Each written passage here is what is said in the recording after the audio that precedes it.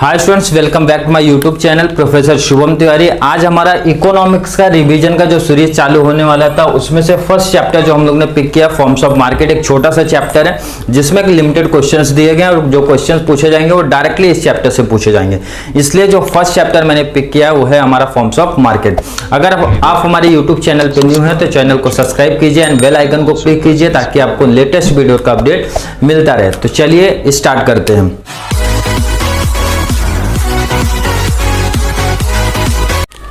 जैसा कि previous video means हमारा जो भी इकोनॉमिक्स का इंपॉर्टेंट मैंने आपको शेयर किया, बीके का इंपॉर्टेंस मींस मैंने आपको टाइम मैनेजमेंट सिखाया, पेपर पैटर्न के बारे में बताया। तो लास्ट वीडियो में हम लोग ने जो अपना स्ट्रेटेजी के बेस पे वीडियो बनाया था उसमें हम लोग ने डिस्कस किया था कि हर वीक में पर सब्जेक्ट का आपको 1 चैप्टर्स का रिविजन आपको मिलने वाला है। तो आप डिसाइड करना आपको कौन सा चैप्टर्स इंपॉर्टेंट लगता है। तो मैं फर्स्ट चैप्टर इसलिए इसको पिक किया हूं क्योंकि इसके क्वेश्चंस जो है वो लिमिटेड है और इनके क्वेश्चंस जो एग्जाम में डायरेक्टली पूछे जाते हैं।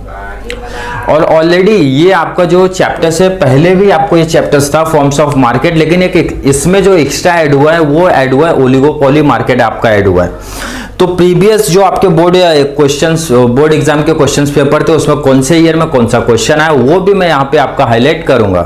क्लियर। तो फर्स्ट मैंने जो यहाँ पे क्वेश्चंस लिया है, 2 क्वेश्चंस मैंने यहाँ पे रखा। फर्स्ट आपका मोनोपोली मार्केट, सेकंड आपका परफेक्ट कंपटीशन मार्केट। डायरेक्टली मैं रिवीजन लेक्चर इसलिए डायरेक्टली मैं क्वेश्चन पे आना चाहता हूँ। तो टोटल पहले क्वेश्चन आपको बता दूं, टोटल इस चैप्टर में कितने क्वेश्चन आपके हैं। तो फर्स्ट हमारा है monopoly and its features and perfect competition, then उसका फीचर्स है, मोनोपोलिस्टिक उसका फीचर्स है, ओलिगोपोली उसका फीचर्स है, लास्ट है price determination under perfect competition market है। मींस टोटल आप देखोगे short notes and long answer मिला के टोटल 5 क्वेश्चंस आपके बनते हैं। तो मोनोपोली जो क्वेश्चन है आपका आज तक तो लॉन्ग आंसर में कहीं पूछा नहीं गया, मींस शॉर्ट नोट्स में ही क्वेश्चन रहेगा। और मैंने यहाँ पे मेंशन किया भाई मार्च 2015 मार्च 2017 में पूछा गया है। परफेक्ट कंपटीशन की मैं बात करता हूँ तो मार्च 2016 एंड 2019 में पूछा गया है। एंड अक्टूबर मींस आपका जो अभी जुलाई में एग्जाम होने लगे हैं, जुलाई के 2014, 15, 19 में पूछे गए क्वेश्चन से। क्लियर। तो शॉर्ट नोट्स में क्वेश्चन पूछा जाएगा तो आपको मैंने बताया अभी तक डिफाइन लिखने की कोई जरूरत नहीं है। आपको याद है तो बेस्ट है, नहीं याद है तो कोई कंपलसरी नहीं है शॉर्ट नोट्स में आपको डिफाइन लिखना। तो मोनोपोली मार्केट की बात करते हैं, ये एक मार्केट का टाइप है। पहले क्वेश्चन की तरफ देखते हैं, मोनोपोली यानी उसके फीचर्स के बारे में देखते हैं। ये रिवीजन लेक्चर है इसलिए थोड़ा सा वीडियो क्या रहेगा, फास्ट रहेगा क्योंकि रिवीजन के बेस पे ये वीडियो बनाया गया है। तो मोनोपोली मार्केट क्या होता है? मोनोपोली जो वर्ड बना है means mono and poly. Mono means होता है सिंगल एंड पॉली मींस क्या होता है सेलर। मोनोपोली जो वर्ड है वो कहां से डिराइव्ड हुआ है? हमारा ग्रीक वर्ड से डिराइव्ड हुआ है जिसमें मोनो अलग है एंड पॉली अलग है। मोनो मींस क्या होता है सिंगल एंड पॉली मींस क्या होता है सेलर। इसका मतलब ये होता है भाई कि एक ऐसा मार्केट जहां पे एक सिंगल सेलर रहने वाला है उस मार्केट को मोनोपोली मार्केट बोला जाएगा। अब एक आप प्रैक्टिकल समझो, एग्जाम्पल आपको देता है। इंडियन रेलवे की मैं बात करता हूँ, वो किसका है? गवर्नमेंट का है। स्टेट का मींस आपकी लोकल ट्रेन वगैरह जो है वो स्टेट गवर्नमेंट के अंडर में, और जो आपके सेंट्रल रेलवे है वो किसके अंडर में? स्टेट मींस सेंट्रल गवर्नमेंट के अंडर में। तो वो भी एक तरीके से मोनोपोली मार्केट होगा। क्यों? क्योंकि पूरा कंट्रोल किसके ऊपर है? आपका गवर्नमेंट के ऊपर है, तो मोनोपोली मार्केट हो गया। क्योंकि मोनोपोली का मीनिंग यही बोलता है सिंगल सेलर रहेगा उस मार्केट को हम लोग मोनोपोली मार्केट बोलने वाले। तो उस पर पूरा राइट्स किसका है? पूरा मैनेजमेंट किसका है? पूरा ओनर कौन है? उसका गवर्नमेंट ही है। इसका मतलब इंडियन रेलवे एक एग्जाम्पल हो गया मोनोपोली मार्केट का। उसी के बेस पे आप सोचेंगे तो आपको उसके पूरे फीचर्स भी आपका क्लियर हो जाएगा एंड इसका मीनिंग पार्ट उतना ईजी हो जाएगा। अब आप सोचो कि अगर कोई एक ऐसा मार्केट हो जाए जहां पे एक सिंगल सेलर हो तो क्या क्या एडवांटेज हो सकता है? पहला, वो प्राइस मेकर हो सकता है। क्यों? क्योंकि अकेला एक ऐसा मार्केट जहां पे मैं अकेला बिजनेस करूं तो कॉमन सी बात है भाई, खुद का प्राइस मैं डिसाइड करूंगा, किसी दूसरे से परमिशन लेने की जरूरत नहीं है। Means in monopoly market seller is a price maker. Price maker रहेगा, नॉट अ प्राइस टेकर। क्योंकि प्राइस मेकर क्यों रहेगा भाई? क्योंकि वो अपना खुद का प्राइस डिसाइड करेगा जो बायर को एक्सेप्ट करना पड़ेगा। इसका मतलब इस मार्केट में buyer is a price taker हो जाएगा। क्लियर। और क्या बेनिफिट हो सकता है कि भाई ऐसे मार्केट में कंपटीशन ही नहीं है, कंपटीशन की कमी है।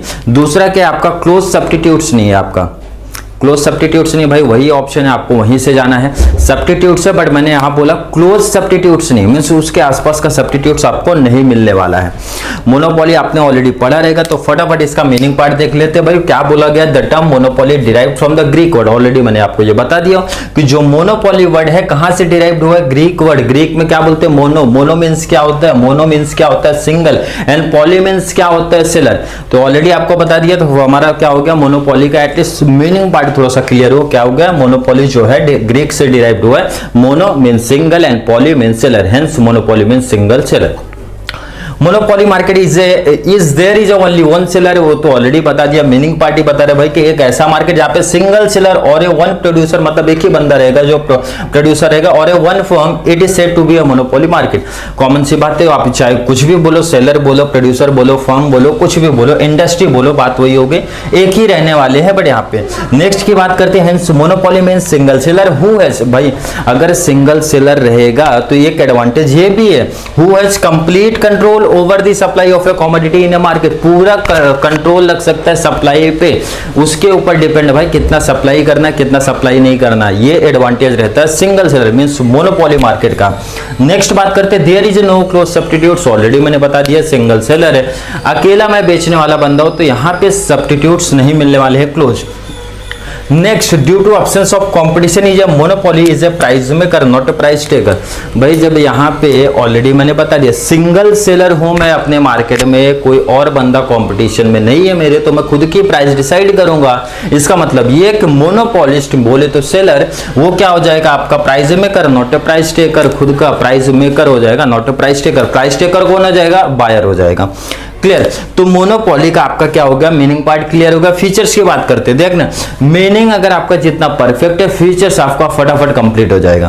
फीचर्स में सबसे फर्स्ट पॉइंट ही हमारा बन जाता है भाई सिंगल सेलर। सिंगल सेलर क्यों है, मीनिंग ही बोलता है भाई, मोनोपोली वर्ड का मीनिंग ही बोल रहा है सिंगल सेलर। एक मोनोपोली है ऐसा मार्केट है जहां पे सिंगल सेलर है। सिंगल सेलर है तो बहुत सारे एडवांटेज उसको है, बहुत सारे बेनिफिट्स वहां पे मिलते हैं, क्लोज सब्स्टिट्यूट्स भी नहीं है, कॉम्पिटिशन की कमी नहीं है, प्राइस मेकर हो सकता है वगैरह, बहुत सारे एडवांटेज है।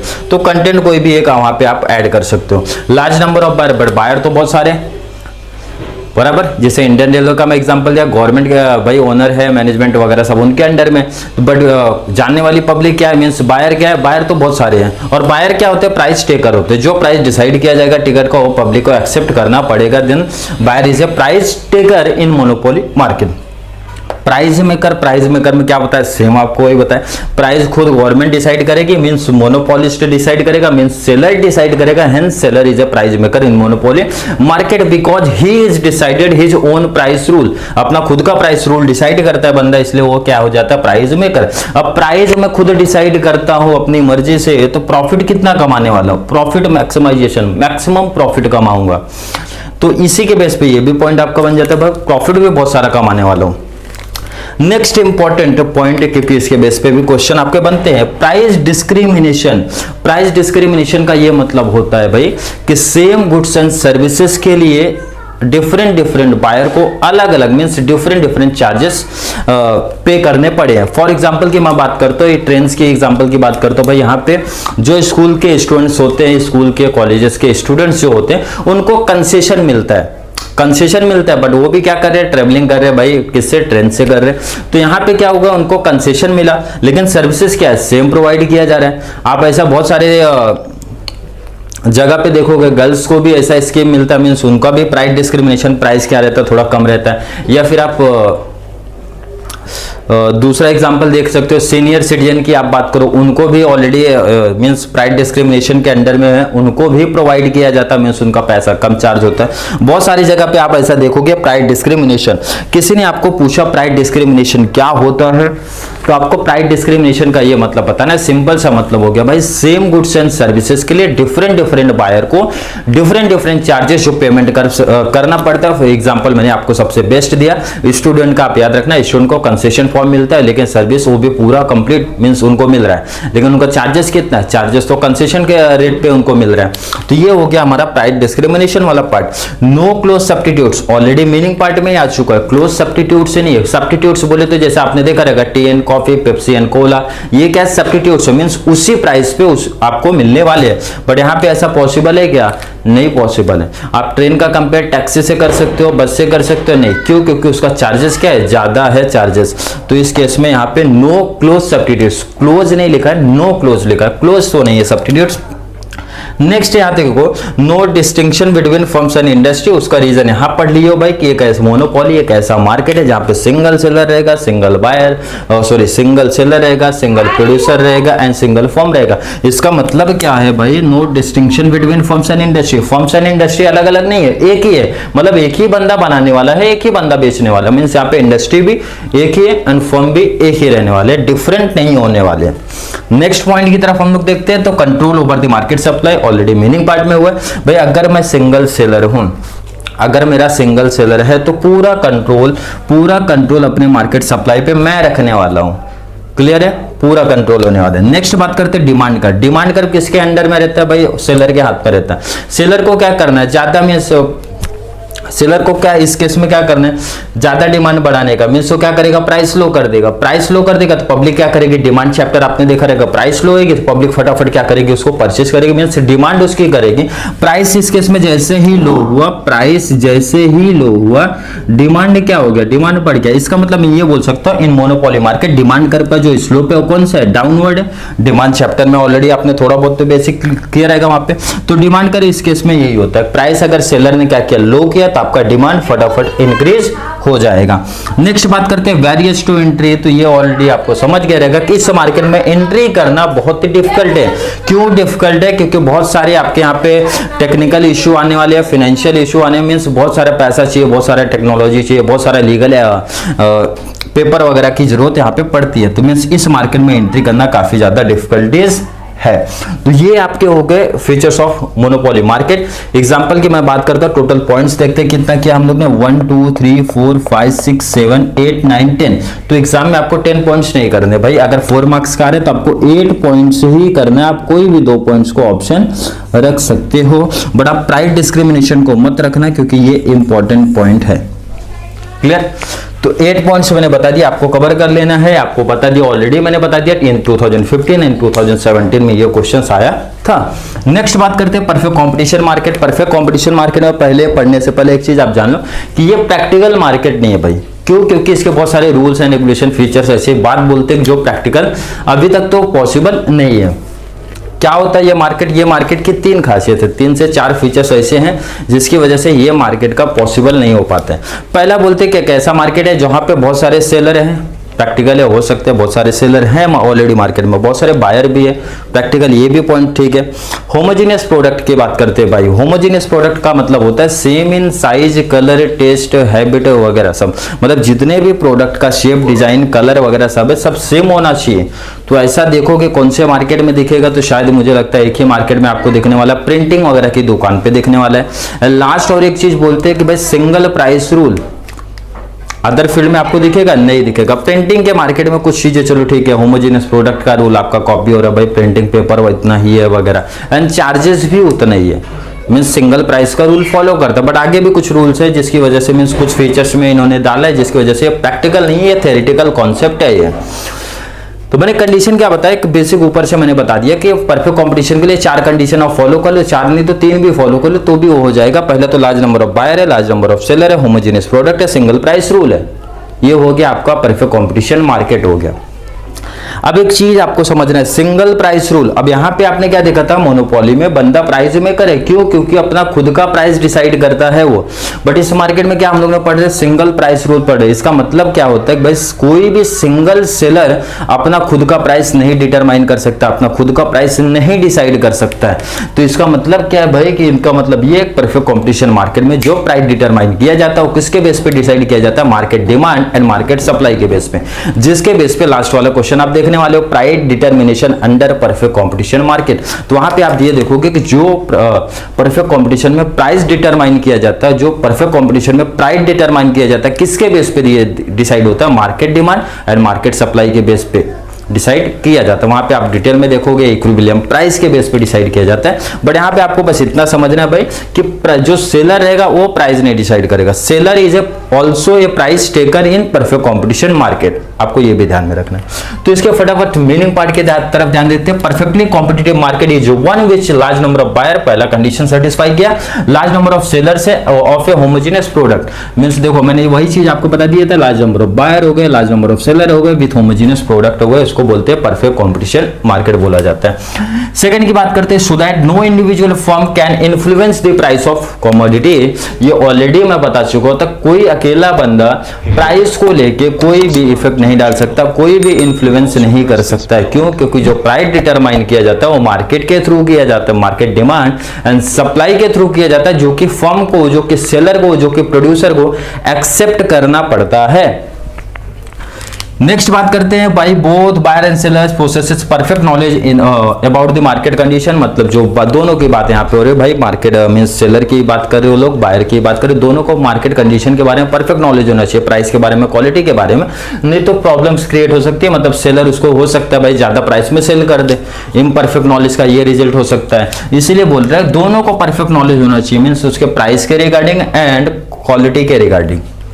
नेक्स्ट बात क्या कर रहे हैं, in perfect competition market price of the product it determine on the basis of market demand and supply. Already मैंने यहाँ पे हाईलाइट कर दिया है उसको कि जो परफेक्ट कंपटीशन मार्केट में प्राइस कैसे आप डिटरमाइन करोगे, प्राइस कैसे आप डिटरमाइन करोगे on the basis of market demand and market supply के बेस पे डिसाइड किया जाएगा। नेक्स्ट बात करते हैं, hence seller is a price taker not a price maker. Important है ऑब्जेक्टिव के पॉइंट ऑफ व्यू से, सेलर प्रोड्यूसर एंड फर्म जो भी रहेगा प्राइस टेकर है, not a price maker, price maker नहीं रहने वाला। इसके फीचर्स की बात करते हैं तो इसका फीचर्स आपको याद करना बहुत सिंपल है। जैसे मैंने बोला मोनोपोली में आप मीनिंग कर लो, फीचर्स ऑटोमेटिक आपको समझ में आ जाता है किस तरीके से, किस पॉइंट से आपने फीचर्स को बनाया। सेम यहां पे बात करो तो मीनिंग क्लियर किया तो 4 पॉइंट आपके यहीं से फीचर्स हो गए। पहला large number of buyer, second large number of seller, third homogeneous product, चौथा single price rule. Means 4 features तो आपके इधर ही से हो गए। फर्स्ट हम लोग देखते हैं लार्ज नंबर ऑफ सेलर, इसमें कुछ एक्स्ट्रा नहीं लिख रहा, मीनिंग से जो आपको समझा यहाँ पे कॉपी कर दो। इन परफेक्ट कॉम्पिटिशन मार्केट भाई बहुत सारे क्या है, सेलर है, और सेलर क्या है, सेलर क्या है, सेलर है price taker not a price maker. क्यों? अब इसका रीजन आप दे दो कि भाई परफेक्ट कंपटीशन मार्केट में जो प्राइस डिटरमाइन किया जाता है on the basis of market demand and market supply, hence in perfect competition market में seller is a price taker. Second point large number of buyer, ये तो कॉमन सा point है भाई, बता दो परफेक्ट कंपटीशन में बहुत सारे बायर हैं, और बायर भी ऑल्सो क्या होते हैं, प्राइस टेकर ही होते हैं। बायर तो ऑलरेडी हर मार्केट में प्राइस टेकर है क्योंकि उनको तो एक्सेप्ट करना ही है, तो यहाँ भी प्राइस टेकर ही है। परफेक्ट नॉलेज की बात करते हैं, ऑलरेडी ये वर्ड आ चुका था यहाँ पे, परफेक्ट नॉलेज होना चाहिए किसको, दोनों की बात हो रही है, सेलर को भी बायर को भी, रिगार्डिंग प्राइस क्वालिटी वगैरह के बारे में परफेक्ट नॉलेज होना चाहिए, नहीं तो सेलर उनके साथ क्या कर सकते हैं, फ्रॉड या चीट कर सकते हैं। Perfect mobility of factor of production, perfect mobility बोले तो फ्रीडम दिया गया भाई, फ्रॉम मूव करना from one place to another place में। लेकिन किसको मूव करने की बात हो रही है भाई, किसको मोबिलिटी की बात हो रही है, फैक्टर ऑफ प्रोडक्शन, जो आपके चारों फैक्टर है, चारों फैक्टर ऑलरेडी आपको पता होगा, चारों फैक्टर लैंड लेबर वगैरह जो आपने पढ़ा रहेगा, चारों फैक्टर को कंप्लीट फ्रीडम दिया गया है मूव करना from one place to another place in perfect competition market में। क्लियर है, जो आपके फैक्टर्स है उनको आप मूव करा सकते हो from one place to another place, कोई प्रॉब्लम नहीं होने वाली है। नो ट्रांसपोर्ट कॉस्ट, ये एक इंपॉर्टेंट चीज है भाई, कि ये मार्केट बोलता है भाई ट्रांसपोर्ट कॉस्ट लगेगा ही नहीं, तो ऐसा पॉसिबल है क्या, प्रैक्टिकल बिल्कुल नहीं पॉसिबल है। क्यों? क्योंकि ये मार्केट अज्यूम करता है, ये मार्केट एक अजम्पशन लेता है कि भाई हम ऐसा मानेंगे जो आपकी फर्म है एंड इंडस्ट्री है एक ही एरिया में, मींस एक ही मार्केट में, बट ऐसा प्रैक्टिकल नहीं है। बहुत सारे आपने देखा रहेगा फर्म किधर और है, इंडस्ट्री किसी और स्टेट में है, तो ट्रांसपोर्ट कैसे नहीं ऐड करोगे आप। बट ये मार्केट बोलता है भाई नो ट्रांसपोर्ट कॉस्ट, हम लोग ट्रांसपोर्ट कॉस्ट को इग्नोर करते हैं क्योंकि हम अजम्पशन लेते हैं, हम ये मानेंगे कि जो आपका फर्म है, जो आपका इंडस्ट्री है, एक ही मार्केट में है आपका। नो गवर्नमेंट इंटरवेंशन, ये भी पॉइंट वैसे इनका बोलना है कि भाई हमारे मार्केट में गवर्नमेंट इंटरफेयर नहीं करती। क्यों? क्योंकि गवर्नमेंट हमारा माइक्रो इकोनॉमिक की लेसेस फेयर पॉलिसी को फॉलो करती है। वो पॉलिसी ये बोलती है कि हमारे मार्केट में गवर्नमेंट इंटरफेयर नहीं करेगी, बट प्रैक्टिकल ये भी पॉसिबल नहीं है। नो सेलिंग कॉस्ट, हाँ ये पॉइंट ठीक है भाई, सेलिंग कॉस्ट हम लोग ऐड नहीं करते। सेलिंग कॉस्ट मतलब सीधा सीधा आप बोल सकते हो ऐड कराना, तो मतलब ऐड वगैरह कराना या फिर फ्री सैंपलिंग करना वगैरह हम लोग नहीं करते, तो बराबर है नो सेलिंग कॉस्ट। इस मार्केट में सेलिंग कॉस्ट का इन्वॉल्वमेंट नहीं होता, नो सेलिंग कॉस्ट है। फ्री एंट्री एग्जिट ऑलरेडी समझ गया आपका भाई, कोई भी बंदा एंट्री कर सकता है, कोई भी फर्म एग्जिट कर सकती है। अगर उसको लगता है सफिशिएंट प्रॉफिट में कमा सकता हो तो आप एंट्री कर दो, प्रॉफिट नहीं कमा सकते हो आप एग्जिट हो जाओ, लॉस हो रहा है आपको एग्जिट हो जाओ। होमोजीनियस प्रोडक्ट ऑलरेडी आपको बताया जा चुका है। होमोजीनियस प्रोडक्ट मतलब होता है same in size, colour, shape, design, जो भी आपकी चीजें प्रोडक्ट सेम टू सेम ही होना चाहिए इन perfect competition market. Single price rule या फिर यूनिफॉर्म प्राइस रूल आप बोल सकते हो। ये मार्केट बोलता है पूरे मार्केट में आपका सिंगल प्राइस रूल का ही चलेगा। आप अकेले सेलर खुद का प्राइस नहीं डिटरमाइन कर सकते, खुद का प्राइस नहीं चला सकते। क्यों? क्योंकि पूरा मार्केट ही एक प्राइस रूल की बात करता है, आप अकेले कुछ इस मार्केट में नहीं कर सकते हो। मतलब इन परफेक्ट कंपटीशन मार्केट में सिंगल प्राइस रूल का कॉन्सेप्ट फॉलो किया जाएगा। आई होप आपको दोनों फीचर्स यहां पे समझा होगा। नेक्स्ट फीचर्स की बात करते हैं monopolistic market and oligopoly market के बारे में।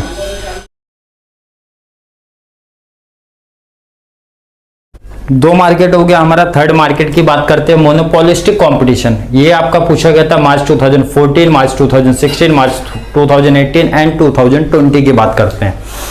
तो ये हमारा रिवीजन लेक्चर से, इससे पहले हम लोग ने बात किया था मीन्स हमारे सेकंड चैनल एचएससी कॉमर्स पे, जहाँ पे हम लोग एचएससी के हर एक टॉपिक का डिटेल में वीडियो देखते हैं। अगर आपने मीन्स सेकंड चैनल को सब्सक्राइब नहीं किया तो जाके पहले आप सेकंड चैनल को सब्सक्राइब कीजिए एंड वीडियो को पहले आप शॉर्ट मीन्स डिटेल में देखिए।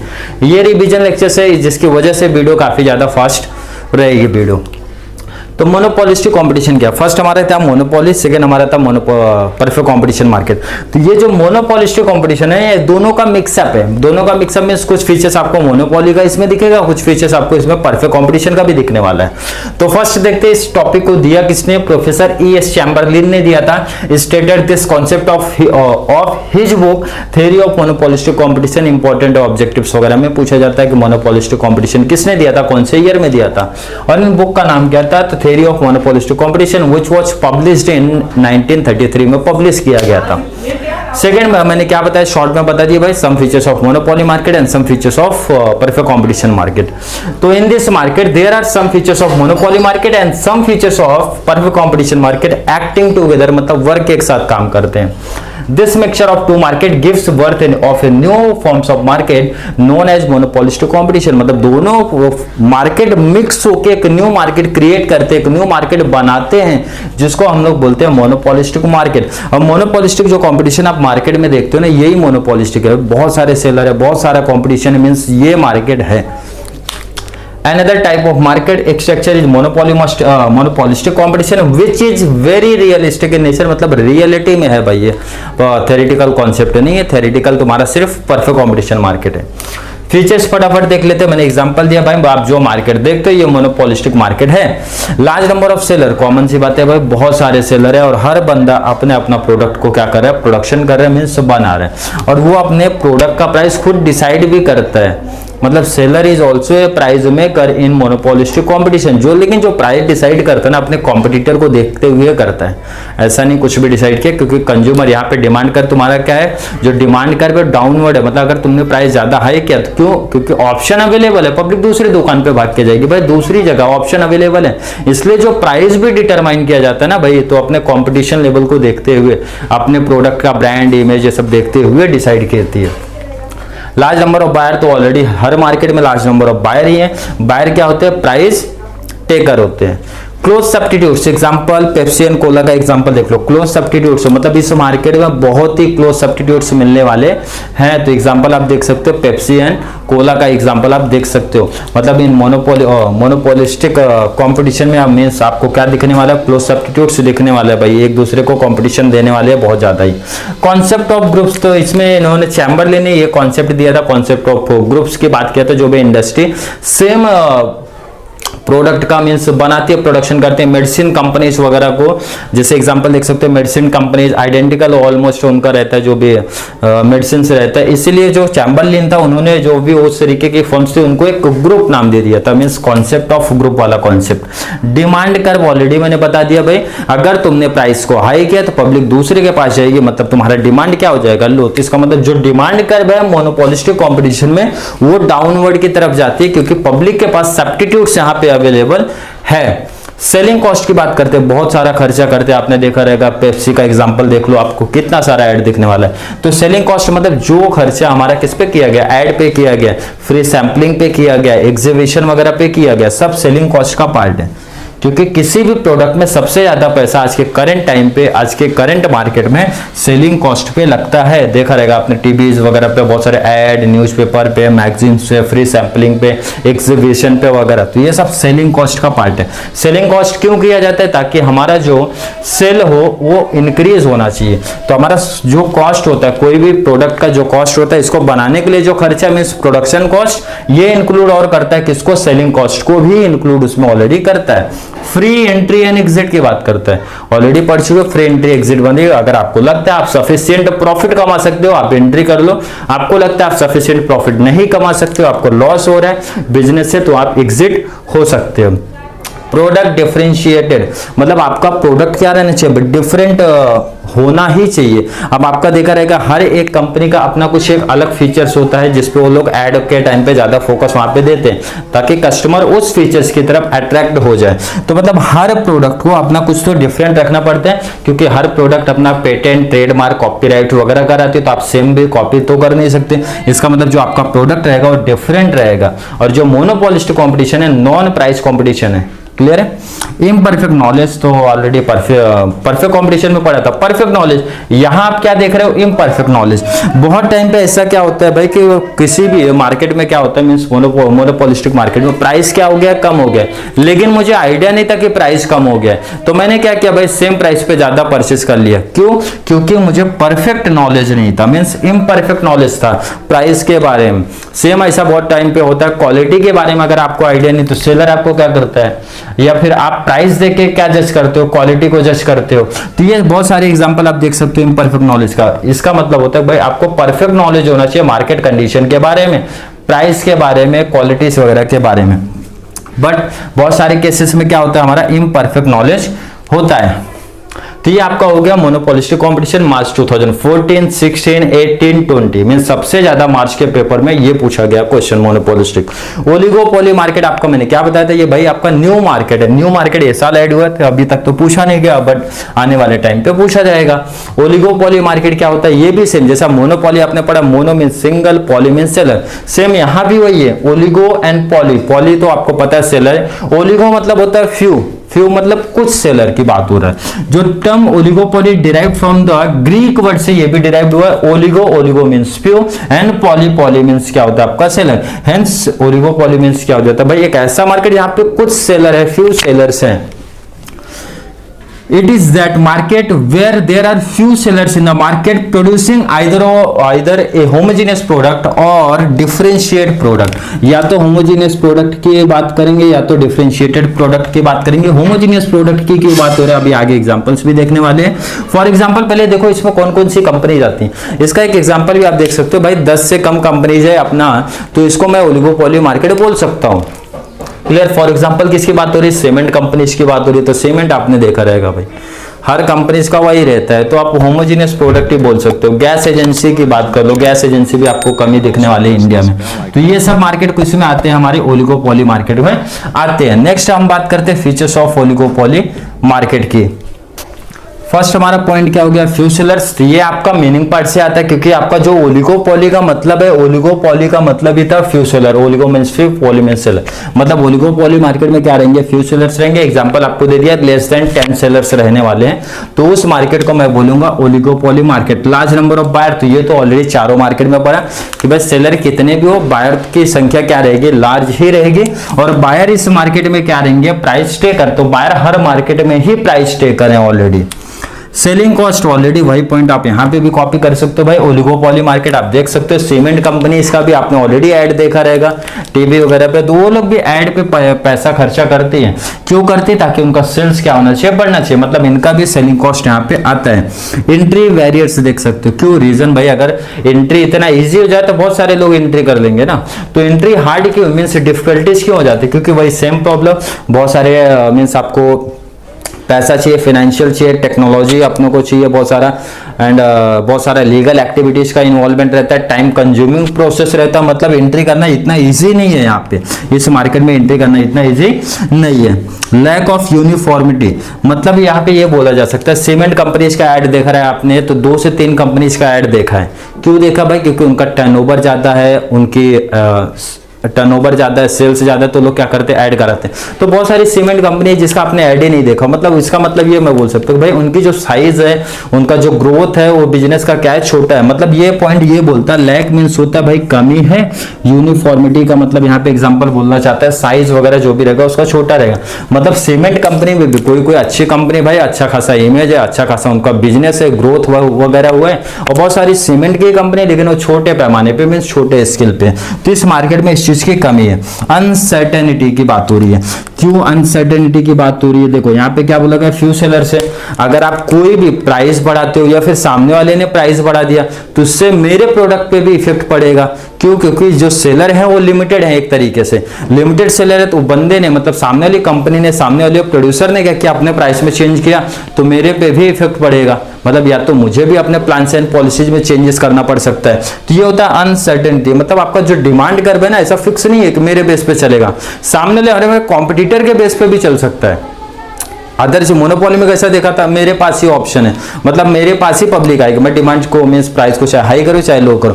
बट यहाँ पे ऐसा नहीं है भाई, निश्चित नहीं है, मतलब फिक्स नहीं है, ये बोल सकते हो सामने वाले कॉम्पिटिटर के ऊपर पे भी डिपेंड रहना पड़ेगा। इसीलिए नेक्स्ट पॉइंट उसी लिए आया है, इंटर डिपेंडेंस की बात हो रही है भाई।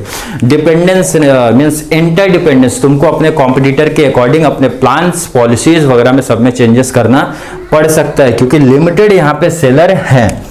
लास्ट होमोजीनियस और डिफरेंशिएटेड प्रोडक्ट। होमोजीनियस का मतलब आप बार बार सुन रहे हो, होमोजीनियस मतलब होता है same in size, colour, taste, design, shape वगैरह, जितने भी चीजें सेम हो सकती है या फिर डिफरेंशिएटेड हो सकती है। तो होमोजीनियस प्रोडक्ट में आप जैसे एग्जांपल देख लो, मोबाइल सर्विस वगैरह वाली है तो होमोजीनियस है भाई, कुछ जो भी प्रॉब्लम्स हुआ वो तो सेम ही सॉल्व करने वाले, कुछ तो डिफरेंट है नहीं। बट अगर किसी भी गुड्स वगैरह की बात करो तो डिफरेंट रहेगा भाई, क्योंकि हर कंपनी अपने प्रोडक्ट का कॉपीराइट, पेटेंट, ट्रेडमार्क वगैरह कराती है, तो आपको सेम तो नहीं कॉपी कर सकते हो, क्लोज सब्स्टिट्यूट्स वगैरह रहेगा बट सेम नहीं रहेगा भाई, क्योंकि हर कंपनी का अपना एक अलग फीचर्स होता है। इसलिए आपका जो प्रोडक्ट रहेगा वो क्या रहेगा, डिफरेंशिएट रहेगा। तो ये भी आपका शॉर्ट नोट्स का क्वेश्चन है। तो मीनिंग प्लस 8 पॉइंट्स, 4 मार्क्स का है, तो मीनिंग प्लस 8 पॉइंट्स आपको क्या करना है, ऐड करना। तो ये जो आपका मार्केट चैप्टर था उसका आपका क्या हो गया, शॉर्ट नोट्स यहाँ पे हो गया है complete.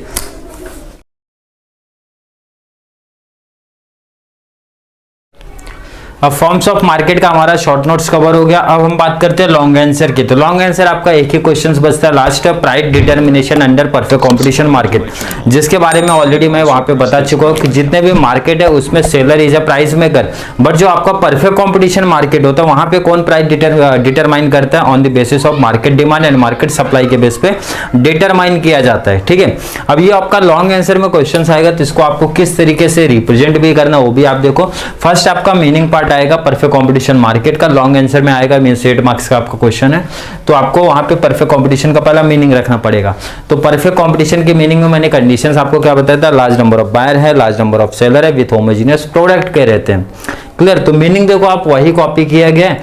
Perfectly competitive market is one which has a large number of buyers and seller, बहुत सारे बायर हैं, बहुत सारे सेलर हैं, ऑफ ए होमोजेनियस प्रोडक्ट। कौन सा प्रोडक्ट रहेगा आपका, होमोजेनियस नेचर का रहेगा, so that no individual firm can influences the price of commodity. एक अकेला सेलर, एक अकेला बंदा, एक अकेला प्रोड्यूसर प्राइस पे कोई इफेक्ट नहीं डाल सकता है।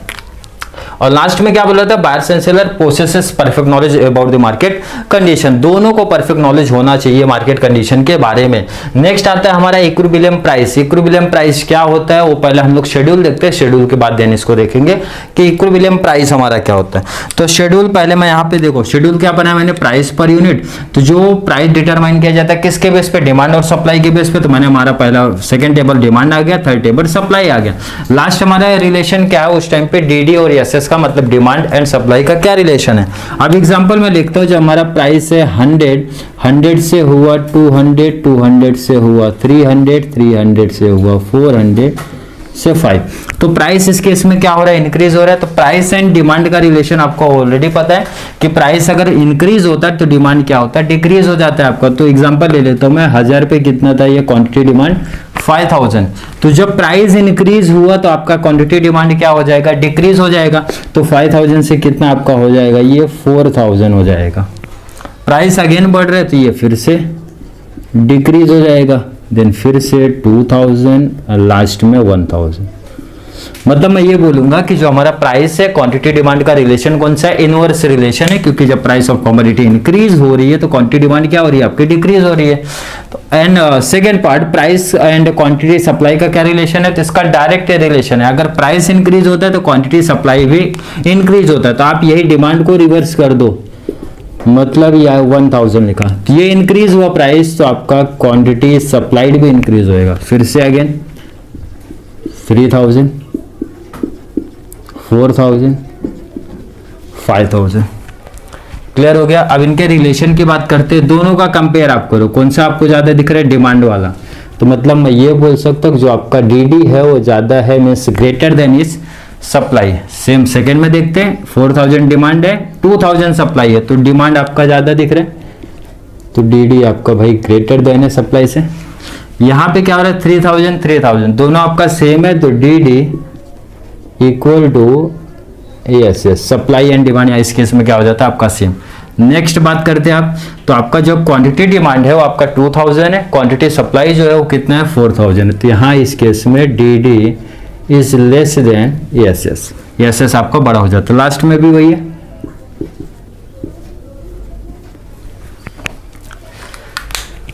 तो यहाँ पे एक चीज कॉमन निकल के आ रहा है कि जो आपका ये है, यहाँ पे डिमांड और सप्लाई क्या है, सेम है। कौन से प्राइस पे आपका सेम हो रहा है, 300 प्राइस पे आपका सेम हो रहा है, 300 प्राइस पे आपका सेम हो रहा है। तो 300 आपका इक्विलिब्रियम प्राइस हो गया, मतलब ये मार्केट में 300 प्राइस डिक्लेयर किया जाएगा, क्योंकि यहाँ पे quantity supply and quantity demand जो आपका है वो क्या है, आपका सेम हो जाता है, इक्वल हो जाता है। क्लियर।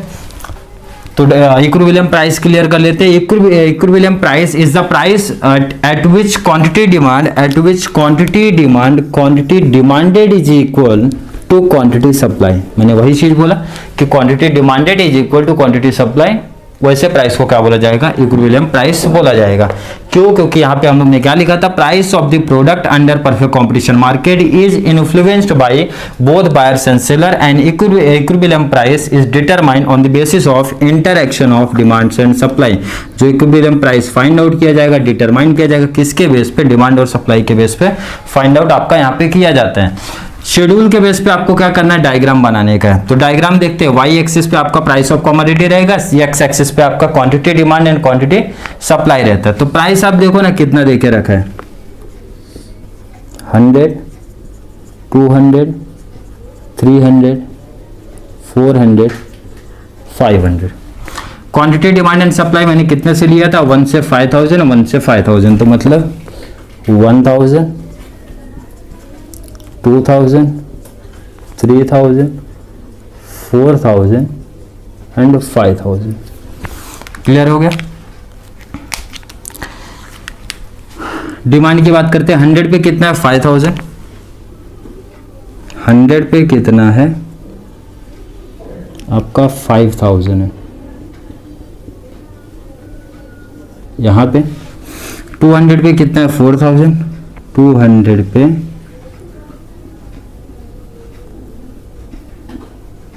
आपका 4000, 300 पे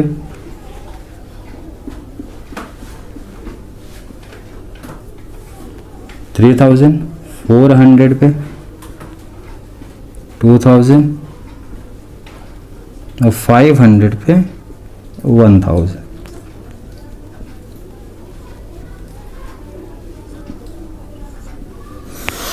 क्लियर हो गया। अब आपका सप्लाई देखते हैं, 100 पे 1000, तो 100 पे देखो 1000, यहाँ पे आ जाएगा, 200 पे 2000, यहाँ पे आ जाएगा, 300 पे 3000, इधर आ जाएगा। 400 पे आपका क्या चले जाएगा, 4000 यहाँ पे, नेक्स्ट 500 पे 5000 यहाँ पे। आपको पेंसिल एंड स्केल का यूज करना है, डायग्राम ड्रॉ कर देते हैं। तो आपका ये डिमांड वाला कॉन्सेप्ट कुछ इस तरीके से चले जाएगा, और नाम भी मैं इसको दे दूंगा डीडी, एंड सप्लाई जो है आपका इधर से जाएगा, पेंसिल स्केल का यूज़ करेंगे आप तो एकदम स्ट्रेट लाइन आपका जाएगा। तो ये आपका डिमांड कर्व हो गया, ये आपका सप्लाई कर्व हो गया। ये जो देखो जहाँ पे इंटरेक्शन हो रहा है उसको आपको क्या करना है, कवर कर देना है। 300 पे कवर हो रहा है। ये आपका हो गया शेड्यूल पार्ट। शेड्यूल को भी आपको एक्सप्लेन करना पड़ेगा एटलीस्ट 4 पॉइंट में। अगर आपका लॉन्ग आंसर में आता है तो एटलीस्ट 4 पॉइंट में एक्सप्लेन करना है। देन आपको डायग्राम को भी एक्सप्लेन करना पड़ेगा एटलीस्ट 3 पॉइंट्स में। तो शेड्यूल देखो ना, आप कैसे एक्सप्लेन करोगे शेड्यूल को। प्राइस आपका कितना दिख रहा है, फर्स्ट 100 है तो क्वांटिटी डिमांड कितना आपका है 5000 एंड क्वांटिटी सप्लाइड कितना है आपका 1000। तो आप सेम वही लिखोगे, when the price of commodity, when the price of commodity is ₹100, quantity demanded is 5000 kg and quantity supplied is 1000 kg। Here DD is greater than supply, means demand जो है आपका सप्लाई से ज्यादा है। सेकंड आप बताओगे when the price of commodity is rupees increase from 100 to 200, जब आपका प्राइस ऑफ कमोडिटी इंक्रीज हो रहा है फ्रॉम 100 to 200 तो quantity supplied is also increase, quantity supply भी आपका इंक्रीज हो रहा from 1000 to 2000 kg, but quantity demanded decrease means falls from 5000 to 4000। Third and important point बता देना का, 3 इज द इक्विलिब्रियम प्राइस। 3 आपका 300 क्या है आपका इक्विलिब्रियम प्राइस है, because here quantity demand is equal to quantity supplied with 3000 kg। इस case में दोनों क्या हो जाते हैं, equal. Here dd equal to SS। Next आप बता दो, again the price of commodity is increase, quantity demand आपका क्या होएगा, डिक्रीज होएगा एंड क्वांटिटी सप्लाइड आपका क्या हो जाएगा, इंक्रीज हो जाएगा। इस तरीके से डिमांड के आपके मींस शेड्यूल के चारों पॉइंट एक्सप्लेन करने हैं। देन आपको डायग्राम बनाना है। डायग्राम को एक्सप्लेन क्या करोगे, पहले तो आप ये बताओगे एक्स एक्सिस पे आपने किसको रिप्रेजेंट किया है, तो quantity demand and quantity supplied को। तो quantity demanded and quantity supplied are represented on X axis and price of commodity are represented on Y axis हो जाएगा। सेकंड आपका जो डी डिमांड कर्व है, कौन सा स्लोप आपका दिख रहा है, D is the demand curve which slope downward. D का जो स्लोप है वो कौन सा दिख रहा है आपको, डाउनवर्ड स्लोप दिख रहा है।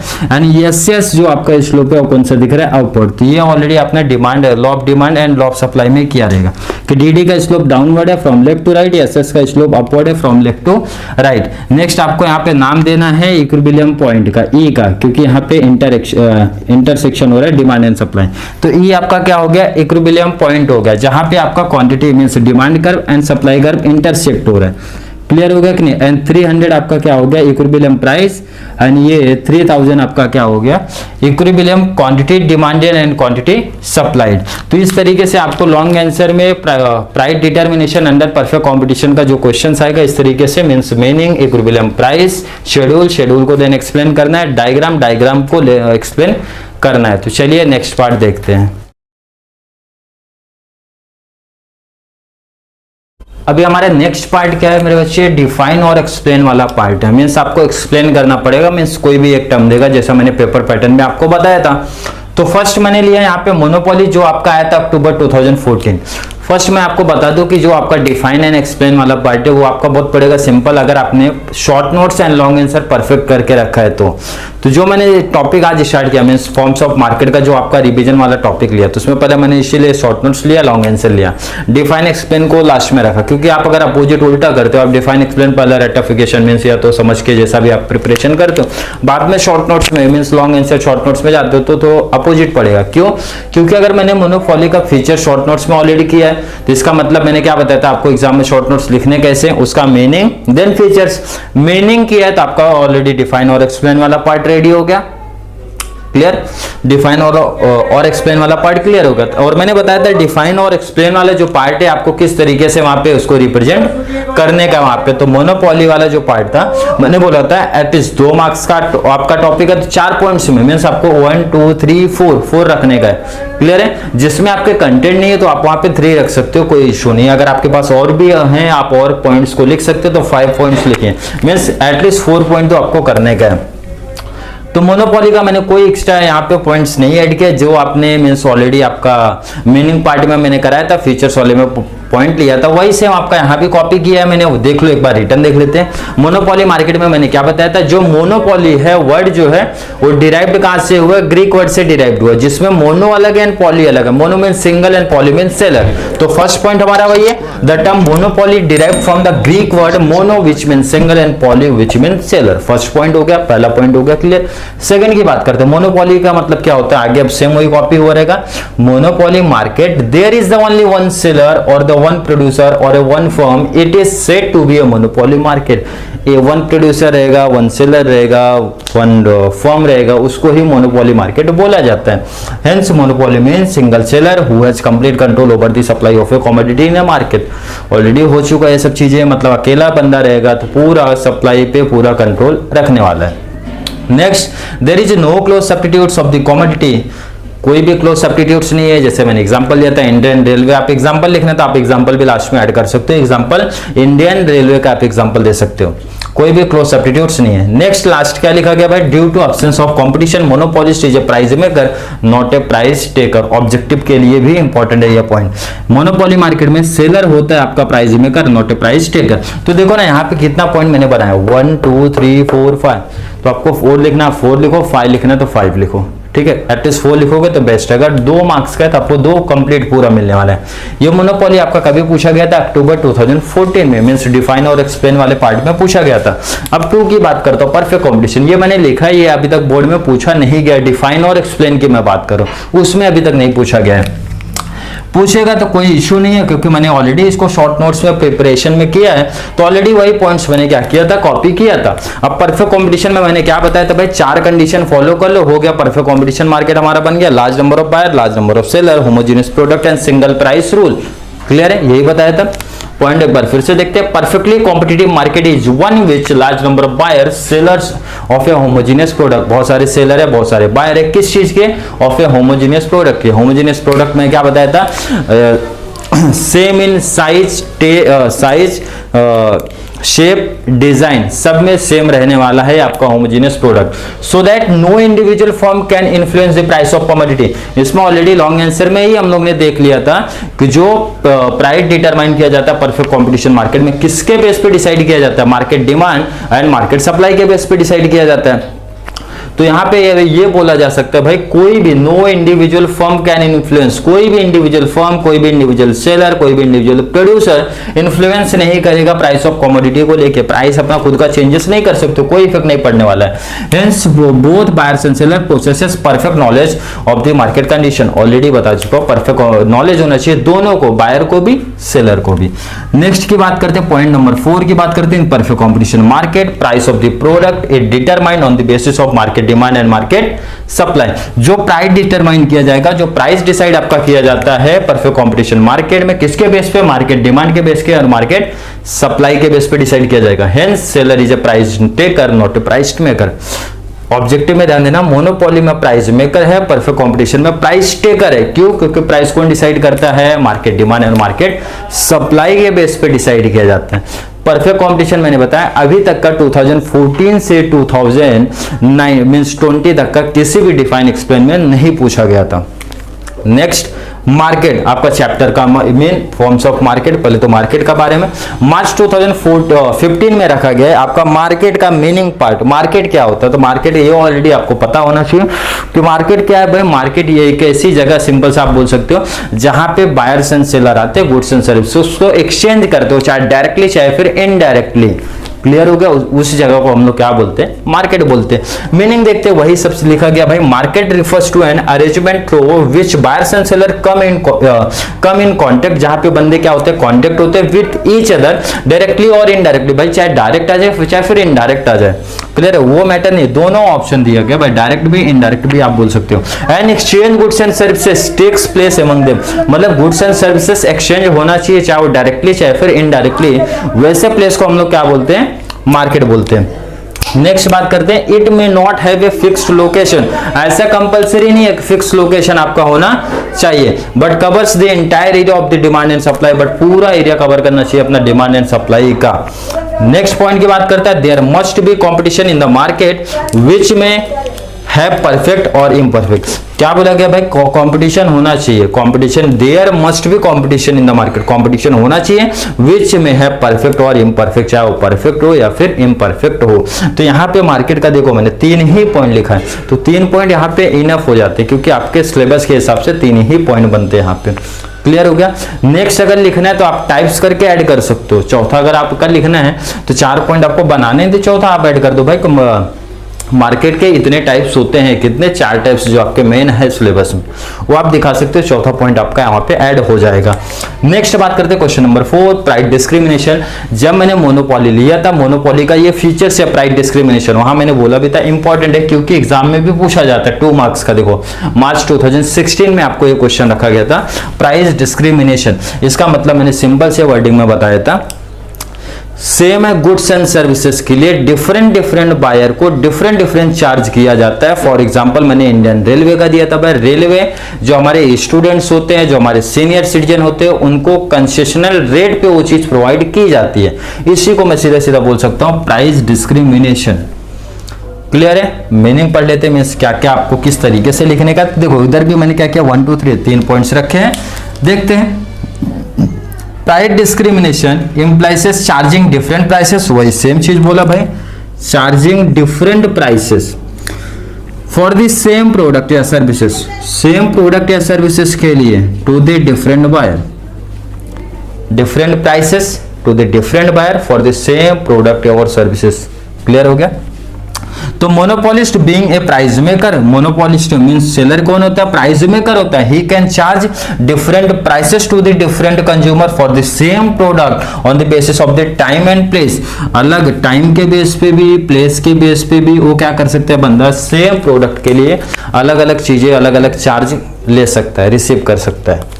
फॉर एग्जाम्पल में क्या रखा मैंने, students and senior citizen are provided railway tickets at a concessional rate. आपका कंसेशनल रेट पे प्रोवाइड किया जाता है रेलवे टिकट, किसको किसको, स्टूडेंट्स को एंड सीनियर सिटीजन को।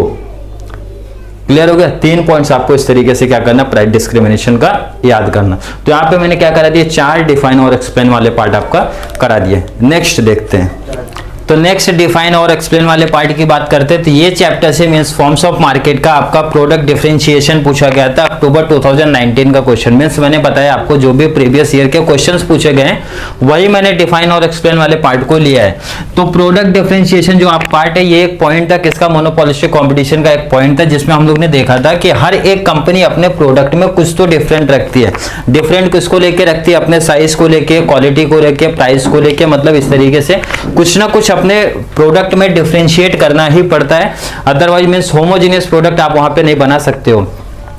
तो इसमें देखते क्या लिखा गया, फर्स्ट पॉइंट हमारा क्या, under monopolistic competition different firm produce the same but not a homogeneous product. आप सेम प्रोडक्ट का प्रोडक्शन तो कर सकते हो but not a homogeneous product. आपका जो प्रोडक्ट है होमोजेनियस प्रोडक्ट नहीं होना चाहिए, मींस आप सेम कॉपी नहीं कर सकते हो। अब ये जो डिफरेंशिएट होता है किसमें होना चाहिए, differentiation can be in the form of the brand name, आपका ब्रांड का नाम अलग होना चाहिए, क्वालिटी को लेके, कलर, शेप, डिजाइन, टेस्ट वगैरह कुछ में भी डिफरेंट, मतलब इसमें से कुछ भी आप डिफरेंट रख सकते हो बट आप होमोजेनियस प्रोडक्ट नहीं लिख सकते। In this market, producer compete with each other on the basis of the product differentiation and not to the price differentiation। मैंने बताया था हर कंपनी इस मार्केट में क्या करती है, अपना प्रोडक्ट का डिफरेंशिएशन दिखाती है, मतलब प्रोडक्ट अपना कुछ ना कुछ डिफरेंट रखती है, ना कि प्राइस डिफरेंशिएशन। प्राइस डिफरेंशिएशन नहीं होता है। नेक्स्ट पॉइंट क्या लिखा है, therefore monopolistic competition is also known as non price competition. इसमें एग्जांपल आपको दिया था, पेप्सी एंड कोला वाला एग्जांपल्स दिया गया था, जो वहां पे परफेक्ट आपके सब्स्टिट्यूट्स होते हैं। क्लियर है। तो प्राइस में वहां पे कंपटीशन नहीं है, मतलब प्राइस डिफरेंशिएशन नहीं है, इसीलिए मोनोपोलिस्टिक कंपटीशन को नॉन प्राइस कंपटीशन बोला जाता है। मींस प्राइस का कंपटीशन नहीं है, यहाँ पे प्रोडक्ट का डिफरेंशिएशन होने वाला है। Next, monopolistic and oligopoly market का एक और पॉइंट यहाँ पे ऐड होता है, सेलिंग कॉस्ट। तो सेलिंग कॉस्ट जो है आपका दोनों में मार्केट में आता है, मोनोपोलिस्टिक में भी आता है, ओलिगोपोली मार्केट में भी आता है। तो सेलिंग कॉस्ट में मैंने सिंपल सा ये आपको बता दिया था कि जो आपका एड पे जो खर्चा किया जाता है उस सेलिंग पर्पज के लिए, मींस अपने सेल को इंक्रीज करने के लिए जो खर्चा किया जाएगा, एक्सपेंसेस किया जाता है, उसको हम लोग क्या बोलते हैं, सेलिंग कॉस्ट। और कोई भी कंसर्न, कोई भी ऑर्गेनाइजेशन इसको क्यों करती है, ताकि उनका जो टर्नओवर हो, उनका इंक्रीमेंट हो, मतलब उनके प्रोडक्ट का मार्केट में डिमांड होना चाहिए। तो सेलिंग कॉस्ट का फर्स्ट पॉइंट देखते हैं। An important features of the monopolistic competition is selling cost. आप यहाँ पे ओलिगोपोली मार्केट भी ऐड कर सकते हो क्योंकि दोनों का ही फीचर है मोनोपोलिस्टिक कंपटीशन। इंपॉर्टेंट फीचर है सेलिंग कॉस्ट की बात कर रहे हैं। Selling cost include expenditure on the advertisement such as television, radio, newspaper, magazines, free sampling and salaries of the sales representative. मतलब ऐसा अमाउंट, ऐसा एक्सपेंडिचर, ऐसा खर्चा जो आप सेल के रिगार्डिंग कर रहे हो उसको हम लोग क्या बोलने वाले हैं, सेलिंग कॉस्ट बोलेंगे। जैसे आपने एड पे जो पैसा दिया, मीन्स टेलीविजन को, रेडियो को, न्यूज़पेपर वगैरह पे जितने भी खर्चे किए उसको हम लोग क्या बोलते हैं, सेलिंग कॉस्ट बोलते हैं। और मैंने आपको बताया था कोई भी प्रोडक्ट बनाने के लिए एक होता है हमारा प्रोडक्शन कॉस्ट जो इसको बनाने के लिए खर्चा किया गया होता है, एक होता है हमारा सेलिंग कॉस्ट। तो ये मतलब टोटल कॉस्ट मतलब क्या हो जाता है, cost of production as well as selling cost होता है। जितना कॉस्ट को बनाने में, मीन्स इसको बनाने में कितना खर्चा हुआ है, इसको सेल करने के लिए कितना खर्चा किया गया है। तो नेक्स्ट पॉइंट भी वही है, price of the product means क्या होता है, इंक्लूड्स कॉस्ट ऑफ प्रोडक्शन, इसको प्रोडक्शन करने के लिए कितना कॉस्ट लगा है, as well as selling cost, उसको सेलिंग के लिए कितना कॉस्ट ऐड किया गया है। नेक्स्ट हमारा क्या, selling cost are the those expenditure which are incurred by a firm. एक फर्म क्यों इसको इनकर्ड करती है, to create more demand for its product, ताकि उसका जो प्रोडक्ट का डिमांड है मार्केट में ज्यादा से ज्यादा होना चाहिए। तो ये आपके हो गए दोनों जो पॉइंट्स है ऑलरेडी बोर्ड एग्जाम में पूछे गए थे, प्रोडक्ट डिफरेंशिएशन भी एंड सेलिंग कॉस्ट भी। नेक्स्ट बात करते हैं आपका monopolistic competition and oligopoly market, जिसका मैंने ऑलरेडी शॉर्ट नोट्स पे मीनिंग पार्ट वहां पे आपका लिखा के दिया था, आप वहां से वही मीनिंग पार्ट उठा के कॉपी कर सकते हो। तो मोनोपोलिस्टिक कंपटीशन आपका जुलाई 2018 में पूछा गया था, तो मीनिंग में मैंने ऑलरेडी वहां पे 4 पॉइंट्स आपको करा के दिए थे, आप वही 4 पॉइंट्स यहाँ पे एक्सप्लेन में आप कॉपी कर सकते हो। तो यहाँ पे टोटल देखो मैंने क्वेश्चन नंबर 8 मीन्स डिफाइन और एक्सप्लेन वाले जो पार्ट है 8 आपको कवर करने हैं। तो इस तरीके से आपका ये चैप्टर का डिफाइन और एक्सप्लेन पूरा कंप्लीट हो जाता है।